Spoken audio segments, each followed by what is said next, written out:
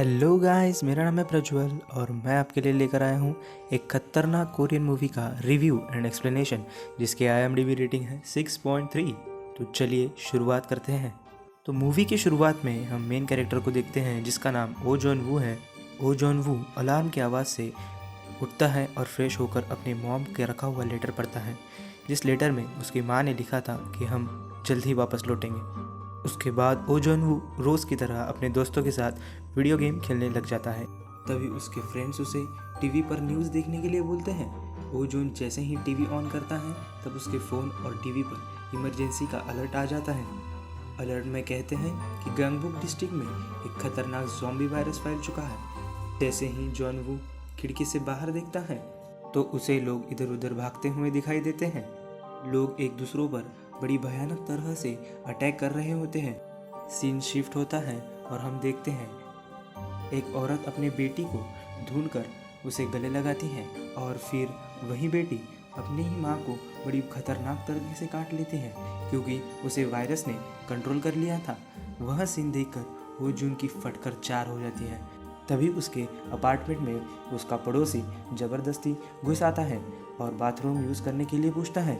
जैसे ही वो बाथरूम में जाता है तो टीवी पर एक न्यूज़ फ्लैश होती है कि वायरस के सिम्टम थोड़ी देर बाद दिखाई देते हैं। इन्फेक्टेड लोगों की स्किन वाइट और आंखें खून से लाल हो जाती हैं। पड़ोसी जैसे ही बाहर आता है तो वो ज़ॉम्बी बन जाता है। जॉन वू बड़े मेहनत से उससे फाइट करके बाहर निकालने में कामयाब हो जाता है और दरवाजे को फ्रिज से कवर कर देता है। उसी समय उसे उसके मॉम का मैसेज आता है, हम ठीक हैं, तुम अपना ख्याल रखो, अपने खाने को बचाओ और स्टे अलाइव।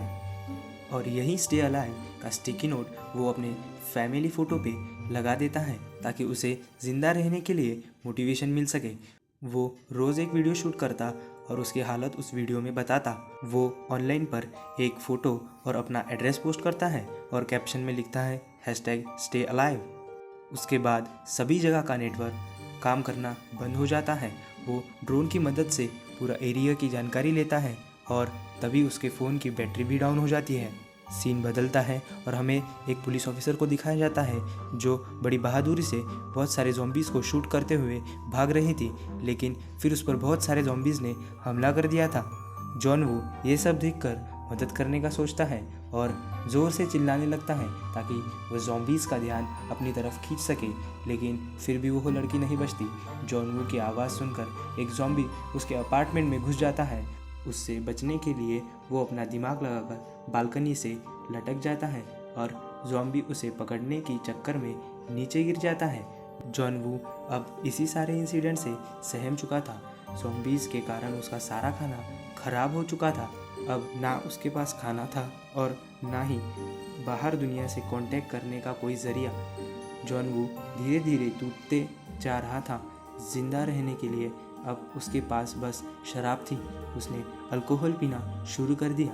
पहले तो उसे मज़ा आने लगा, लेकिन बाद में उसे हेलुसिनेट हो रहा था कि उसके पेरेंट्स वापस आ गए हैं। सब लोग बहुत खुश हैं। अभी थोड़ी देर के लिए नेटवर्क आता है और उसे उसके मॉम का ऑडियो मैसेज मिलता है।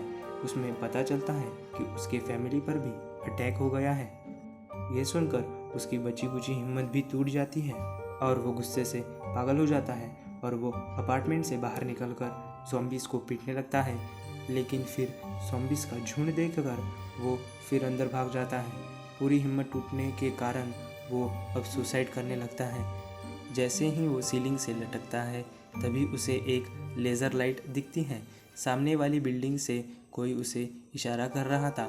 जब वो सामने देखता है तो उसे उम्मीद की किरण में एक लड़की दिखाई देती है। सर्वाइवर देखकर वो बहुत खुश होने लगता है। इस सर्वाइवर का नाम योबिन है। योबिन ने दरवाजे पर एक ज़ॉम्बी ट्रैप लगाया हुआ था और उसमें एक ज़ॉम्बी आकर फंस जाता है और वो उसे मार डालती है। योबिन को हाइट से बहुत डर लगता है। सीन शिफ्ट होता है और तेज़ी से बारिश शुरू हो जाती है। बारिश का पानी पीने के लिए ये जमा करते हैं और उसे पीते हैं।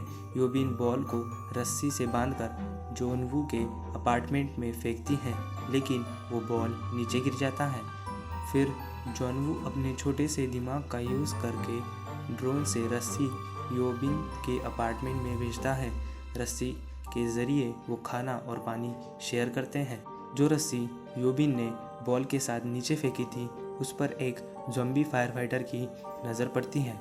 वो उससे ऊपर चढ़ने लगता है। जैसे ही वो ऊपर चढ़ता है तो एक टेबल योबिन को ज़ोर से लग जाती है, जिस कारण वो वहीं पर बेहोश हो जाती हैं। जॉन वू उस ज़ॉम्बी का ध्यान भटकाने के लिए ड्रोन को उसके आसपास उड़ाता है, लेकिन कुछ समय बाद वो ड्रोन भी टूट जाता है। अब ये फायर फाइटर ज़ॉम्बी ऊपर तक पहुंच चुका था। तभी योबिन को होश आता है और वो ज़ॉम्बी का हाथ काट देती है, जिससे ज़ॉम्बी नीचे गिर जाता है।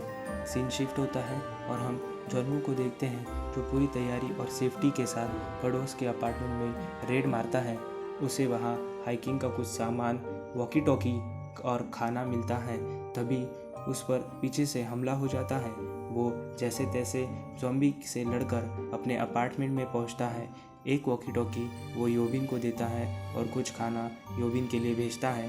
फिर वॉकी टॉकी से कुछ बातें करते हैं। यहाँ इन दोनों की हमें थोड़ी केमिस्ट्री देखने को मिलती है।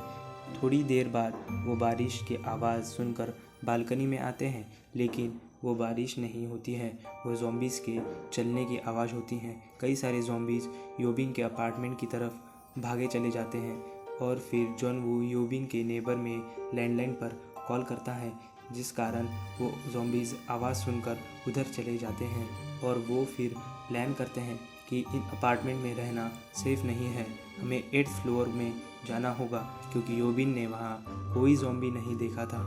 फिर वो दोनों जॉन वू की बिल्डिंग के 8th फ्लोर तक बड़ी जाबाज तरीके से जाते हैं, लेकिन वहाँ जाकर पता चलता है कि यहाँ पर भी बहुत सारे ज़ॉम्बीज़ होते हैं और फिर वो सब ज़ॉम्बीज़ इन पर हमला कर देते हैं। और तभी एक मसीहा के रूप में उन्हें कोई पीछे से एक इंसान अपने अपार्टमेंट में खींच लेता है और दोनों को खाना और पानी देता है। योबिन को इस पर पहले से ही शक होता है, इसलिए पहले तो वो नहीं खाती, लेकिन भूख के कारण वो भी खाना खा लेती हैं। थोड़ी देर के बाद दोनों बेहोश हो जाते हैं। इस व्यक्ति ने उन दोनों के खाने में बेहोशी की दवा मिला दी थी, ताकि वो अपने ज़ॉम्बी वाइफ को इंसान खिला सके। वो योबिन को घसीटकर उसके वाइफ के कमरे में ढकेल देता है और बाहर से लॉक कर लेता है। तभी जॉन वू को होश आता है और वो उस इंसान पर बंदूक तान देता है और अंदर योबिन उस ज़ॉम्बी से लड़ती है। तभी वो इंसान दरवाज़ा खोलता है और उसकी ज़ॉम्बी वाइफ उसी पर हमला कर देती है। फिर योबिन उन दोनों को गोली मार देती हैं। गन की आवाज़ सुनकर बहुत सारे ज़ॉम्बीज़ उनके तरफ अट्रैक्ट होते जा रहे थे। अब इन दोनों का हौसला पूरी तरह से टूट चुका था, इसलिए ये दोनों एक दूसरे को मारने का फ़ैसला करते हैं। ये सीन बहुत इमोशनल है भाई, बहुत इमोशनल। लेकिन तभी उन्हें हेलीकॉप्टर की आवाज़ सुनाई देती है। वो दोनों जल्दी से रूफ़ की तरफ भागते हैं। पूरे ज़ॉम्बीज़ के झुंड से लड़कर वो छत पर पहुंचते हैं और वहां जाकर उन्हें कोई हेलीकॉप्टर नहीं दिखाई देता और उनका दिल एक बार फिर टूट जाता है। ज़ॉम्बीज़ का पूरा झुंड अभी छत पर आकर इन पे हमला करने वाला होता है। तभी साउथ के हीरो के एंट्री टाइप पीछे से हेलीकॉप्टर आता है। धड़ाधड़ ज़ॉम्बीज़ पर गोलियां चलाकर वो इन दोनों को बचा लेते हैं।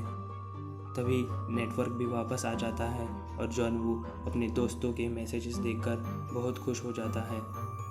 जो पोस्ट जॉन वू ने की थी उसी पोस्ट को देखकर बहुत सारे लोग और भी वैसे ही पोस्ट करते हैं।